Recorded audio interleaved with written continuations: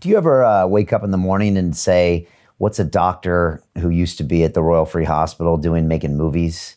I mean, this is a curious path you've chosen to become a storyteller. How did that happen? Very briefly, we were making a TV show telling stories about autistic children. And it was a before, during, and after, and it was for the Sky Network in Europe. And it was taking children and families broken by autism in that child, getting the child properly diagnosed and treated for his underlying gastrointestinal problems, and watching the healing of the family as a consequence. And then we came across a child in Chicago, and he was in a disastrous state, large boy, 17 years old, violent, completely mute, was in 4-point locked restraints in a hospital for a total of over 80 days, given 28 psychotropic medications, each one making his disease worse. It was an utter nightmare of a situation. And we got him treated, drove him through the night to New York, got him out of the hospital, got him treated for his underlying bowel disease. Things were improving, but he went back to Chicago, and his mother was estranged from her husband. They had to go and live in hotels and motels. Every time he heard a siren, he would have a meltdown. They were coming to take him away and chain him up again and give him those drugs. And eventually he fell back into the hands of the psychiatrists. And the next thing that we knew about him is that he was in Lutheran Children's Hospital in 4-point locked restraints in the pediatric intensive care unit. And he had 2 intravenous sedations and 1 intramuscular sedation. We left to try and find somewhere safe for him. Halfway through the week, his insurance ran out. They took off his restraints, took out his IV and put him on the street.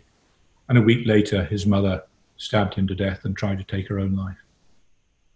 And we thought, this terrible story needs to be told, because on the face of it, it's just this crazy mother killing her damaged child. But it was actually a mother who loved her child so much, could no longer bear to witness his suffering, that she decided to enter into this murder-suicide pact to end it all.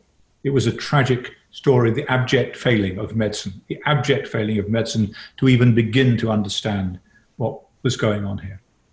And 4 years later, she was in prison, and she had still not been convicted. She was awaiting trial. And we had made the movie, Who Killed Alex Spordalakis? The movie came out. And I got a call from her lawyer, pro bono lawyer in Chicago, lovely old man. And he said to me, Andy, I've just had a call from the state's prosecutor who was responsible for putting her in prison and putting her away for life. He said to me, I understand that there is a film that's been made about this. We would like to see it. He said, he called me back 2 weeks later and he said, we've watched the film and we can no longer prosecute this case in the same way. She will be released from prison next week. And that is the power of film. That's the power of film.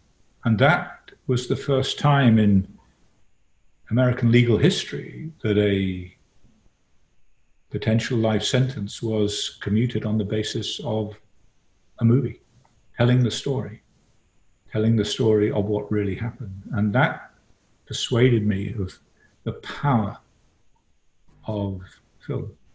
And Vaxxed came next.